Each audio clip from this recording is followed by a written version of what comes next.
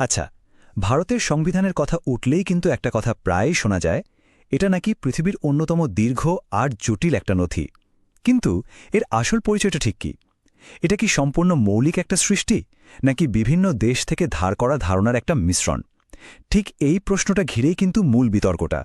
চলুন আজ আমরা সংবিধানের গঠন আর এর পেছনের সমালোচনাগুলো একটু গভীরে গিয়ে দেখি। তাহলে মূল প্রশ্নটা ঠিক কথায় এসে দাঁড়াচ্ছে। এই যে এত বড় একটা সংবিধান, এটা কি ভারতের গণতন্ত্রের সেরা একটা নিদর্শন যা কোটি কোটি মানুষের অধিকারকে রক্ষা করে, নাকি এর জটিল ভাষা আর বিশাল আকার একে সাধারণ মানুষের নাগালের বাইরে নিয়ে গেছে, এমন একটা কিছু যা কিনা শুধুই আইনজীবীদের জন্য একটা খেলার মাঠ হয়ে দাঁড়িয়েছে? এই বিশ্লেষণে আমরা এই দুটো দিকই দেখব। তো প্রথমে আসা যাক ভারতের মূল রূপরেখায়। ভাবুন তো একবার, সংবিধান নির্মাতাদের সামনে চ্যালেঞ্জটা কত বড় ছিল। শত শত ভাষা, হাজারো সংস্কৃতি আর বিভিন্ন ধর্মের একটা দেশকে এক সুতোয় বাঁধা। এর উত্তর ছিল এমন একটা দর্শন তৈরি করা যা এই সব বৈচিত্র্যকে এক ছাতার তলায় নিয়ে আসবে। চলুন দেখি সেই দর্শনের ভিত্তিগুলো ঠিক কি ছিল। এই বিশাল ঐক্যের পরিকল্পনার প্রথম এবং সম্ভবত সবচেয়ে গুরুত্বপূর্ণ পিলারটা ছিল ধর্মনিরপেক্ষতা। মানে রাষ্ট্র কোনো একটা নির্দিষ্ট ধর্মকে আঁকড়ে ধরবে না। কিন্তু মজার ব্যাপার হল, ভারতের ধর্মনিরপেক্ষতার ধারণাটা কিন্তু পশ্চিমা বিশ্বের থেকে অনেকটাই আলাদা। এই যে দেখুন, পার্থক্যটা কিন্তু দারুণ পরিষ্কার। ওয়েস্টার্ন কনসেপ্টটা কি, যাকে বলে নেগেটিভ সেকুলারিজম, মানে রাষ্ট্র আর ধর্ম দুটো একেবারে আলাদা, কেউ কারো ব্যাপারে নাক গলাবে না, একটা অদৃশ্য দেয়াল। কিন্তু ভারতের ক্ষেত্রে ব্যাপারটা অন্যরকম, যাকে বলা হচ্ছে পজিটিভ। এখানে রাষ্ট্র কিন্তু ধর্ম থেকে দূরে থাকছে না, বরং রাষ্ট্র সব ধর্মকেই সমান চোখে দেখবে, সমান সম্মান দেবে। সহজ করে বললে, ধর্মকে বাদ দিয়ে চলা নয়, সব ধর্মকে সাথে নিয়ে এগোনো। এটাই হলো ভারতের সেকুলারিজমের মূল কথা। জাতীয় ঐক্যকে আরও মজবুত করতে আরেকটা দারুণ ব্যবস্থা নেওয়া হয়, আর সেটা হলো একক নাগরিকত্ব। এর মানে হলো ভারতে একটাই পরিচয়, ভারতীয়। কোনো রাজ্যের কিন্তু আলাদা করে কোনো নাগরিকত্ব নেই। যেমন ধরুন আমেরিকার কথা, সেখানে কিন্তু ডুয়েল সিটিজেনশিপ বা দ্বৈত নাগরিকত্বের ব্যবস্থা আছে। মানে একজন ব্যক্তি একই সাথে দেশের নাগরিক, আবার যে রাজ্যে থাকেন সেই রাজ্যেরও নাগরিক। কিন্তু ভারতে আপনি পশ্চিমবঙ্গ বা তামিলনাড়ুর বাসিন্দা হতে পারেন, কিন্তু নাগরিকত্ব একটাই, ভারতীয়। এই ব্যবস্থাটা কিন্তু একটা অখণ্ড জাতীয় পরিচয় তৈরিতে বিরাট ভূমিকা রাখে। তো একটা দেশের দর্শন না হয় তৈরি হলো, কিন্তু দেশটা চালাবে কে? জনগণ। তাই পরের ধাপে আমরা দেখব সংবিধান কিভাবে সাধারণ মানুষের হাতে ক্ষমতা তুলে দিয়েছে, আর গণতন্ত্রের এই বিশাল যন্ত্রটাকে সচল রাখার জন্য কি চমৎকার ব্যবস্থা রেখেছে। এর মধ্যে সবচেয়ে বৈপ্লবিক পদক্ষেপ ছিল সম্ভবত সার্বজনীন প্রাপ্তবয়স্ক ভোটাধিকার। একবার ভাবুন, সেই সময় দাঁড়িয়ে ধর্ম, বর্ণ, লিঙ্গ বা শিক্ষাগত যোগ্যতা কোনো কিছুর বিচার না করে প্রত্যেক প্রাপ্তবয়স্ক নাগরিককে ভোট দেওয়ার অধিকার দেওয়া হয়েছিল। এটাই ছিল সত্যিকারের রাজনৈতিক সাম্য প্রতিষ্ঠার দিকে প্রথম এবং সবচেয়ে বড় একটা ধাপ। আর গণতন্ত্রকে আরও প্রাণবন্ত করতে ১৯৮৮ সালে একটা বড়সড় পরিবর্তন আনা হয়। ৬১তম সংবিধান সংশোধনীর মাধ্যমে ভোটের বয়স ২১ থেকে কমিয়ে সরাসরি ১৮ করে দেওয়া হয়। এর ফলে কি হল? দেশের কোটি কোটি তরুণ তরুণী সরাসরি গণতন্ত্রে অংশ নেওয়ার সুযোগ পেল, যা ছিল একটা সত্যিকারের গেম চেঞ্জার।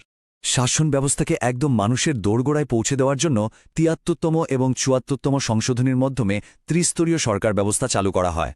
এর ফলে কেন্দ্র আর রাজ্য সরকারের পাশাপাশি পঞ্চায়েত আর পৌরসভার মতো স্থানীয় প্রতিষ্ঠানগুলো সাংবিধানিক স্বীকৃতি পায়। গণতন্ত্রকে শুধু বইয়ের পাতায় না রেখে বাস্তবে স্বচ্ছ আর জবাবদিহিমূলক করার জন্য কয়েকটা স্বাধীন সংস্থা তৈরি করা হয়। যেমন ধরুন নির্বাচন কমিশন, যাদের কাজ হল অবাধ ও সুষ্ঠু নির্বাচন নিশ্চিত করা, বা সিএজি, যারা সরকারের সব খরচের উপর কড়া নজর রাখে, আর ইউপিএসসি, যা কিনা যোগ্য কর্মকর্তা নিয়োগ করে। এই প্রতিষ্ঠানগুলোই হল গণতন্ত্রের আসল ওয়াচডগ বা অতন্ত্র প্রহরী। তবে সংবিধানে একটা বিশেষ ব্যবস্থাও রাখা আছে। সাধারণ সময়ে ক্ষমতা কেন্দ্র আর রাজ্যের মধ্যে ভাগ করা থাকলেও জরুরি পরিস্থিতিতে দেশের পুরো ক্ষমতা কিন্তু কেন্দ্রের হাতে চলে আসতে পারে। যেমন যুদ্ধ, কোনো রাজ্যের শাসন ব্যবস্থা ভেঙে পড়া বা মারাত্মক আর্থিক সংকটের মতো সময়ে এই এককেন্দ্রিক ব্যবস্থাটা দেশের অখণ্ডতা রক্ষা করতে একটা সেফটি ভালভের মতো কাজ করে। বেশ, এতক্ষণ তো আমরা সংবিধানের অনেক ভালো ভালো দিকের কথা শুনলাম, কিন্তু কথায় আছে না, প্রত্যেকটা মুদ্রার একটা উল্টোপিঠও থাকে। ভারতীয় সংবিধান নিয়েও কিছু বেশ গুরুত্বপূর্ণ সমালোচনা আছে। এবার চলুন সেই সমালোচনার গভীরে যাওয়া যাক। আর প্রথম প্রশ্নটাই হলো, এই সংবিধান কি আদৌ মৌলিক? সমালোচকদের সবচেয়ে বড় অভিযোগটাই হল এটা নাকি একটা ধার করা সংবিধান। তাদের মতে এর প্রায় পুরোটাই বিভিন্ন দেশের সংবিধান আর ব্রিটিশদের তৈরি ১৯৩৫ সালের ভারত শাসন আইন থেকে নেওয়া হয়েছে। অভিযোগটা এতটাই গুরুত্বপূর্ণ যে কেউ কেউ তো এও বলেন এতে নাকি ভারতীয় ঐতিহ্যের কোনো ছোঁয়াই নেই, এটা একটা অভারতীয় দলিল। এই সমালোচনার সারমর্মটা পাওয়া যায় এন শ্রীনিবাসনের এই বিখ্যাত উক্তিতে। উনি বলেছিলেন, ভাষা আর মর্মবস্তু দুটো দিক থেকেই এটা ১৯৩৫ সালের আইনের একটা হুবহু কপি। ভাবুন একবার, একটা দেশের সর্বোচ্চ আইনকে বলা হচ্ছে একটা ঔপনিবেশিক আইনের নকল। এর চেয়ে বড় অভিযোগ আর কি হতে পারে? মৌলিকত্বের প্রশ্নের পর দ্বিতীয় যে বড় সমালোচনাটা উঠে আসে সেটা হলো এর বিশাল আকার এবং সাংঘাতিক জটিলতা। এটা কিন্তু একটা ফ্যাক্ট যে ভারতের সংবিধান পৃথিবীর দীর্ঘতম লিখিত সংবিধান। এর আকার এতটাই বিশাল যে অনেকেই মজা করে একে হাতির মতো বলে থাকেন। আর এই বিশাল আকারটাই কিন্তু অনেক সমালোচনার জন্ম দিয়েছে। আর এই জটিলতার কারণেই ব্রিটিশ সংবিধান বিশেষজ্ঞ স্যার আইভার জেনিংস একটা দারুণ কথা বলেছিলেন। তিনি এটাকে বলেছিলেন উকিলদের স্বর্গরাজ্য বা লয়ার্স প্যারাডাইস। কথাটা কিন্তু দারুণ বিখ্যাত হয়ে যায়। কিন্তু কেন তিনি এমন একটা কথা বললেন? কারণটা খুব সহজ। এর ভাষাটা ভীষণভাবে আইন সর্বস্ব আর টেকনিক্যাল। এতে শুধু বড় বড় নীতি কথাই লেখা নেই, বরং খুঁটিনাটি প্রশাসনিক বিষয়গুলো বিস্তারিতভাবে ঢোকানো আছে। এর ফলে একজন সাধারণ নাগরিকের পক্ষে কোনো আইনি সাহায্য ছাড়া এই সংবিধান বোঝাটা প্রায় অসম্ভব একটা ব্যাপার হয়ে দাঁড়ায়। তাহলে সব মিলিয়ে আমরা কি দেখলাম?